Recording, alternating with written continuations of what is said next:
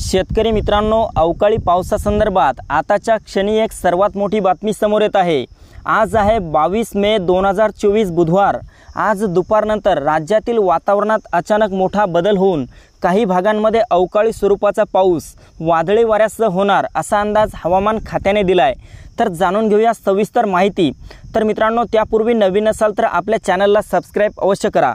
तसेच दुसरी एक नवीन बातमी म्हणजे 25 मे नंतर बंगालच्या उपसागरामध्ये एक नवीन असे चक्रीवादळ तयार झाले आहे। ते विशाखापट्टणम आणि भुवनेश्वरला धडकण्याची शक्यता आहे आणि या दरम्यान महाराष्ट्रातील वातावरणात देखील मोठ्या प्रमाणात बदल होऊ शकतो। काही भागांमध्ये पुन्हा एकदा जोरदार वाऱ्यासह पावसाचा अंदाज देण्यात आलाय। तर मित्रांनो, जाणून घेऊ सुरुवातीला आजचा अंदाज। आज रात्रीपर्यंत राज्यातील वातावरणात नेमका कसा आणि कुठे बदल होणार आहे याविषयी। तर मित्रांनो, आज रात्रीपर्यंत मध्य महाराष्ट्राच्या आणि कोकणाच्या काही भागांमध्ये जोरदार पावसाचा इशारा देण्यात आलाय। यामध्ये सातारा, चिपळूण, कराड, कोल्हापूर, सांगली, सोलापूर, पंढरपूर तसेच राजापूर, सावंतवाडी, रत्नागिरी, रायगड, निप्पाणी या सर्वत्र परिसरामध्ये आज दुपारनंतर रात्रीपर्यंत काही भागांमध्ये पावसाला सुरुवात झालेली पाहायला मिळेल। पावसाचे प्रमाण काहीसे जास्त देखील या भागात पाहायला मिळू शकते।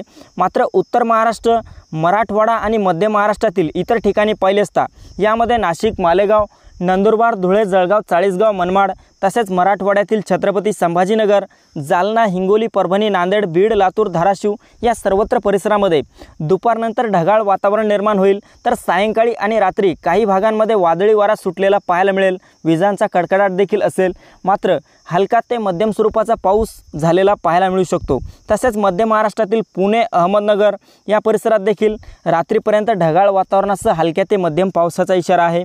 मुंबई, पालघर, दापोली या परिसराला ढगाळ वातावरणासह तुरळक ठिकाणी हलक्या पावसाचा इशारा देण्यात आलाय। फार काही मोठ्या पावसाची शक्यता या भागांमध्ये असणार नाही।